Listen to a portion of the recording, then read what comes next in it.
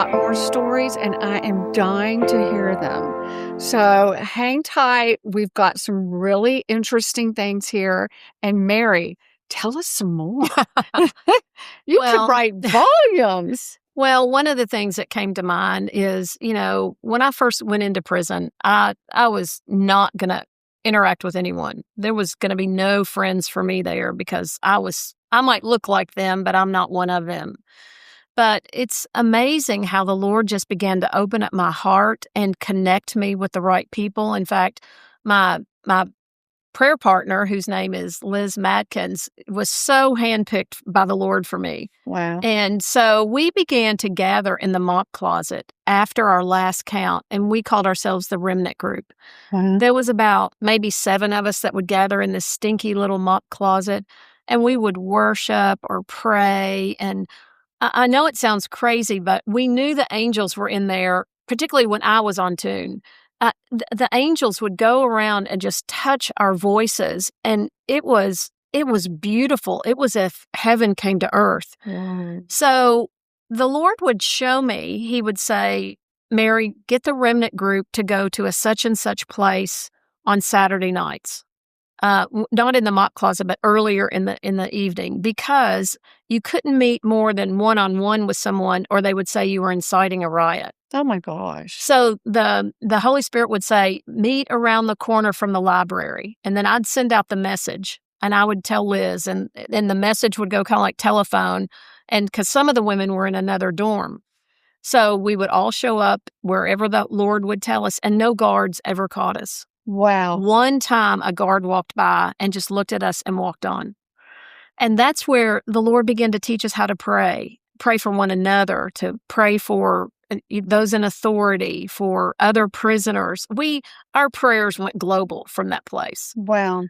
But also very deep ministry. One night, we were right around from the education building, wherever the Lord had told us to go that night.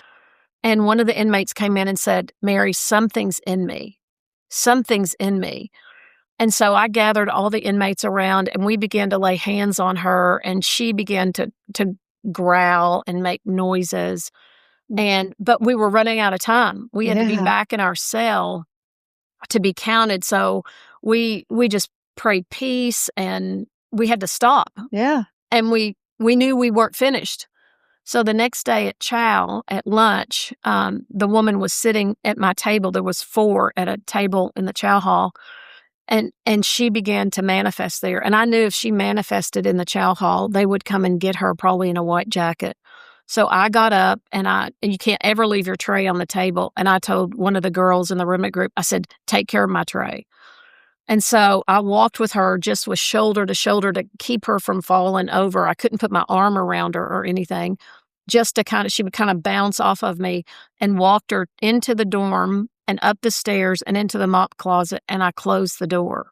Mm. And I laid hands on her, and she was laying down, and her body began to bounce up and down like a basketball with her head banging on the... Ouch. And her mouth just opened, and all I can tell you is something left. She fell flat on the ground. Her eyes opened, and she looked at me and she goes, Mary, everything's okay. And that was just the power of community. Wow. and the power of following the Holy Spirit. So that was one of many things that the Remnant Group experienced through community. And it never would have happened if I hadn't opened my heart to the values of the Lord in connection. Yeah. I wanted to do my time all alone. Right. I didn't want connection with anyone. But God not only wanted connection, He wanted us to help one another so that we could be free. That's a really good one for, so many people think they can be the Lone Ranger. And life just doesn't work that way. It's so true. And, another story that came to mind was just... I know probably a lot of your listeners that are with us today have experienced some kind of loss. Mm-hmm. Obviously, I experienced loss after loss. I haven't mentioned that. You can obviously read this in my book, but I got pregnant right before trial, and I lost a baby. My ex-fiance married someone else about 2 months before I left prison. The government confiscated all my possessions, my stock portfolio that I started when I was 13. So when I left prison, all my possessions were in a copy paper box. Wow. I had prepaid my mortgage and so forth at my house. I dumped as much cash as I could before I left to give my sister a place to stay with my nephews. She was living with me at the time. But then that money ran out, so she had to leave. So the bank confiscated the house. Wow. So literally, when I got out, all my personal possessions were in a copy paper box. They had taken some of the furniture out of the house and put it in a storage unit in Texas heat. Oh, yeah. So after I got out of prison, I had to go close the storage house down, and it was the day that the money ran out on that too. So I went in. I'd given all the furniture away to refugees through a woman at the church, but I went to go check on it, and I was getting ready to pull the door down, and I looked in the very back corner, and there was a box, and I thought, "There's a box. I thought I got everything." So I walked back there, and I opened the box, and I couldn't believe it. I slammed the top back on the box, grabbed the box, threw it in my car, called a couple from my church and said, I need help. I'm on my way. And I drive over to this couple's house. I get the box, pull the box in their living room, set it down, and fall on the floor wailing with pain. I mean, just tears and snot and moans, and they're praying, and I'm on the floor. And then finally I come up and I clean myself up a minute, and I opened the box and I showed the wife and I said, "It's all the stuff that was from my wedding." So I'd gotten pregnant, planned the wedding, lost the baby, canceled the wedding. There was all the little things that I had for my nephews, the book that you have a pen with I don't know why you have a feather on those pens. Anyway, the guest book, it was all the stuff from the wedding. And several days later, the Lord said, "Mary, I want to empty all your boxes. You continue walking with me, and I'll show you what's in the back corner of your heart that needs to come out, because I do not want you living with pockets of pain." Wow. So I want to encourage everyone today. What's in your box? What's in your box? Let the Holy Spirit show you if there's anything in your box, in your warehouse, that needs to be emptied out so that you can go forward without those pockets of pain. I know what it's like to try to medicate pain, how to silence pain. It never works. But the Holy Spirit will guide you. You might not need to physically take a box to someone's house, but you might need to tell somebody. I think everything that's hidden has pain attached to it. That light needs to come in, truth needs to come in. So I don't have any secrets anymore. And that's the way to live. So I want to encourage you. Ask the Holy Spirit if there's a box He wants to deal with in this season in your life. That was a really important thing for me. And it's a lesson that I still live with today. I'm still finding some boxes. The Holy Spirit will show me. I don't go digging around because He's so great to show me. He'll say, "Mary, you're still mad at your dad for this, that, and the other." Okay, well, let's deal with that. Yeah. Once you know the Holy Spirit in this way, you run towards healing. You don't run away from it. And one other story that comes to mind is, after I got out of prison, of course, I had nothing. For one thing, I was in the halfway house for 6 months. Oh, right. I lived in a cornfield in a halfway house in Hutchins, Texas, behind razor wire, and got a big raise. They made me work at the VA hospital for 25 cents an hour. Oh, my goodness. Yeah, I took a brown paper bag lunch every day, so that was really fun. And towards the end of that, I got a job interview for a ministry called Bill Glass Ministries. They've changed the name of it now. Out of God's humor, it's happened to be a prison ministry. And so I took a taxi because I still didn't have my driver's license, and I had very little money. And so I had enough money to pay for the taxi, which was, I don't know, miles away from where I was staying. And Yeah. I forgot how much the taxi was, but I only had one-way ticket.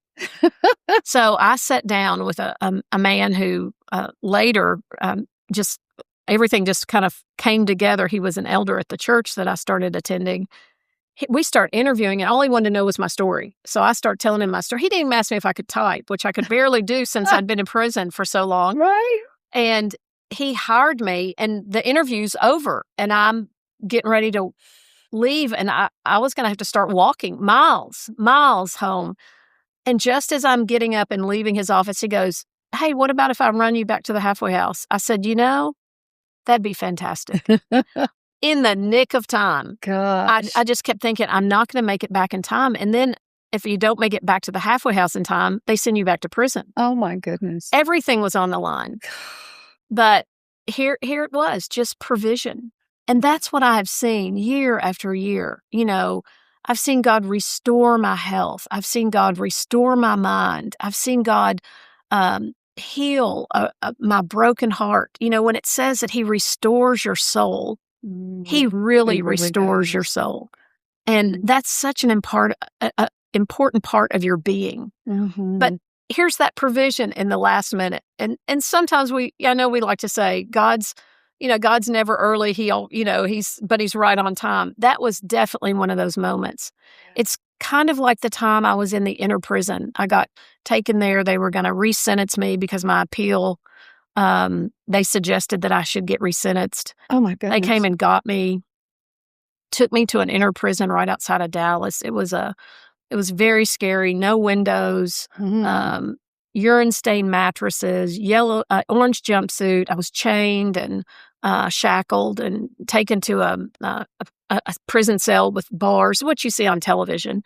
But it was, the people were like animals. It was unbelievable. And I just couldn't even believe it. I got there in the middle of the day, and they did bring me food because I hadn't eaten all day.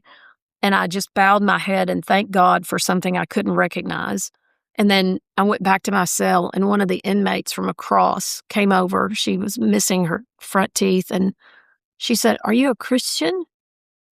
I said, "Yeah, I am." She goes, "I'm Roxy, and I just prayed last night that God would teach me the Bible. Can you help me?" Oh, my gosh. So I had my first Bible study that night. Wow. A couple of days later, I ended up having to go to my sentencing, which was a whole nother miracle. And I ended up getting the same amount of time. They wanted the appellate court wanted to add years. They thought the sentencing should be upgraded. That's just not right. Right. But then I go back to this holding cell, this holding facility, and people had been there for years. Like Roxy had been there for 3 years waiting for transport. So I thought, oh my gosh, I could be stuck here. Yes, I could be stuck here.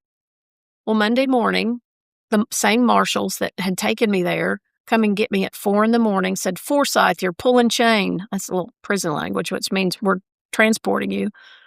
And I get up kind of in a daze because the fluorescent lights were on 23 hours a day. You couldn't sleep. The top of the ceiling had thousands of marks on it, and I just couldn't imagine what had happened to the cells. But one day I looked down the hall, and I saw a woman on her bunk, and she was filing her nails on the ceiling because your health just deteriorated in a heartbeat there.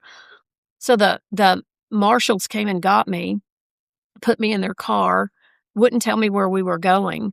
And so they do take me back to the same prison, and the guard receives me and said, "Forsythe, what are you doing here? We don't have paperwork on you." And the marshals goes, "Here's the paperwork." What? And the guard looks at it, and it had been signed on a Sunday. And God reminded me of Corrie ten Boom in The Hiding Place, who had gotten an administrative mistake, and she was released the week before everyone her age was put in the gas chambers. And that's when, in that moment, God became Father Time to me. I trust the Lord with timing. He's the Father of time. Yeah. And that was a like that. huge encounter with God's goodness that has marked me even to this day. Oh, I love that because I think my biggest problem is I want to tell him, hurry up. You're taking too long. And his timing's got to be better than ours. It's perfect. Yeah, so let me encourage you. Just switch that a little bit. Change your lens and go, "Hey, Lord, what is your timing, and I'll yield to that. Yeah. And then you're not kicking against the bricks. Yeah, I never thought to ask him. Yeah, there you All go. I did was complain. Well, I like that. that's an option. Till we find out the other way. That's Your way's right. better. Well, thanks for the extra stories. Oh, you're welcome. Thanks for Those asking. are great. I think people need to be watching your podcast because they'll get a plethora of these kind of stories. So tell us again I about your enjoy that. podcast. Yeah. It's called the Mary Forsythe Podcast. Anywhere that you access podcasts, you can find it. So come and join us at the Mary Forsythe Podcast. Oh, I'll be tuning in for sure. Okay, with my headphones on. Yes, sir. And in the shower. Thank you so much. You're welcome. And for more fun stories like this, join us next time. Thank you.